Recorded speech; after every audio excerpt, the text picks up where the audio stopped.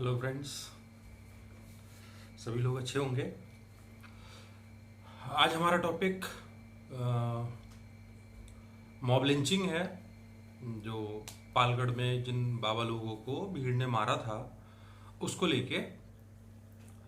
अब देखिए, mob lynching के लिए कोई अलग से लॉ स्पेशली ट्रीट नहीं करता है, कोई भी लॉ अलग से नहीं बनाया है। स्टेट्स ने कुछ बनाया है स्पीडी ट्रायल के लिए, जल्दी उनका मुकदमा हो जाए।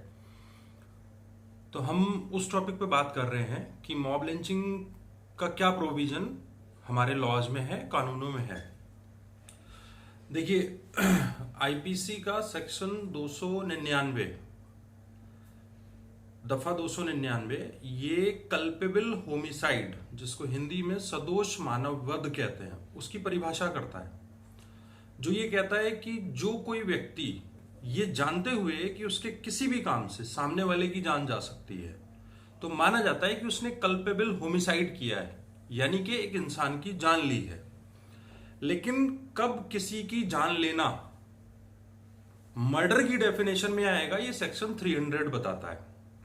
जो ये कहता है कि कोई भी व्यक्ति इंटेंशनली किसी का मर्डर करता है या ऐसा काम करता है कि जैसे सपोज करो किसी को एक पर्टिकुलर जगह पे कहीं कोई ऐसी चोट है या किसी के हार्ट में प्रॉब्लम है और तुम इंटेंशनली उसको वहीं पे घूंसा मार रहे हो।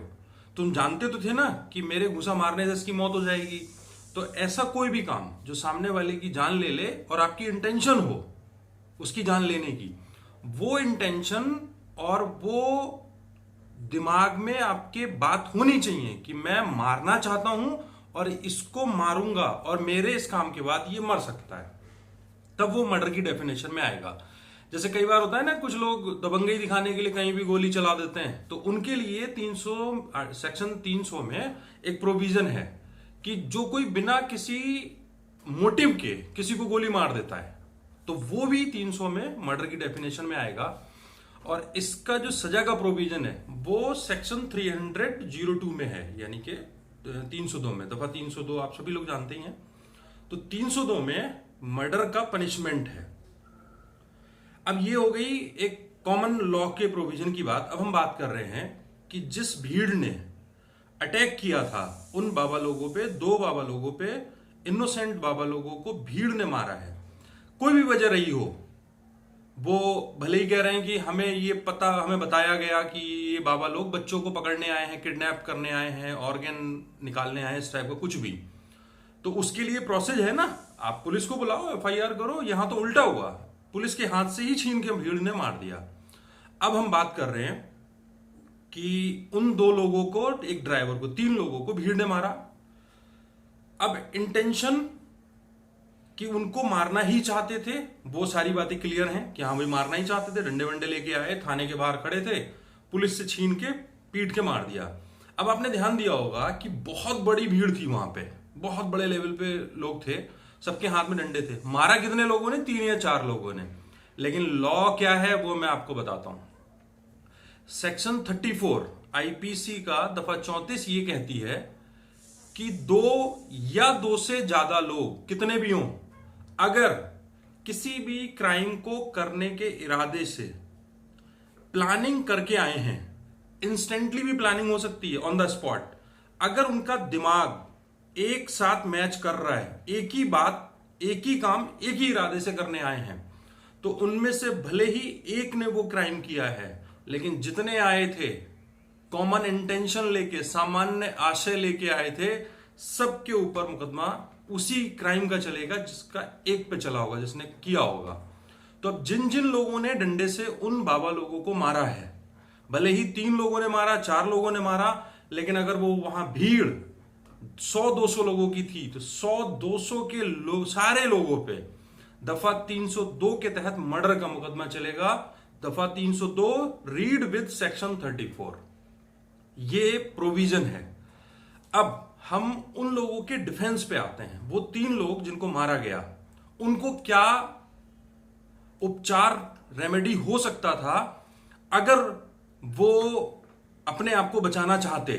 जब आपको पता है कि भीड़ आपका पीछा कर रही है, भीड़ आपको मारना चाहती है, तो जनरल एक्सेप्शन के नाम से, सामान्य अपवाद के नाम से चैप्टर 4 आईपीसी का प्रोविजन करता है कि आप अपने सेल्फ डिफेंस में कब क्या क्राइम अगर कर गए हैं तो उसमें आपको क्या क्या बचाव मिलेगा। दफा 76 से लेके 106 तक जनरल एक्सेप्शन के नाम से आपको छूट दी गई है अपने बचाव में कोई भी काम करने के लिए, लेकिन वो अलग अलग प्रोविजन के तहत है। तो हम इसी से रिलेट कर रहे हैं। सेक्शन 106 उसी का लास्ट वाला है। वो ये कहता है कि जब भी भीड़ किसी पर अटैक कर रही है और उस भीड़ से बचने का उसके पास कोई साधन नहीं है, तो अगर वो इनोसेंट लोगों को भी मारना पड़े उसे उस भीड़ में अपने आप को बचाने के लिए, तो वो मार सकता है। इतना बड़ा बचाव था उन लोगों को। लेकिन अब वो अनफॉर्चुनेटली उन बेवकूफ इंसानों के हाथ मार दिए गए। और इसमें पुलिस भी इसी क्राइम के लिए हो सकता है कि उन पुलिस वालों पे मुकदमा चल जाए। उसकी वजह है क्योंकि आपके पास पुलिस फोर्स था, आपने कॉल क्यों नहीं की, वो छीन के ले जा रहे थे, आपने कोई फोर्स यूज नहीं किया, आपने कुछ नहीं किया। तो हो सकता है अगर ये प्रूव होता है, सारी बात एविडेंस से प्रूव होगी, ये भी ध्यान रखना आप लोग। और जितनी वीडियो रिकॉर्डिंग हुई है उसके आधार पे जो कंक्लूजन निकल रहा है वो मैं आपसे शेयर कर रहा हूं, ठीक है।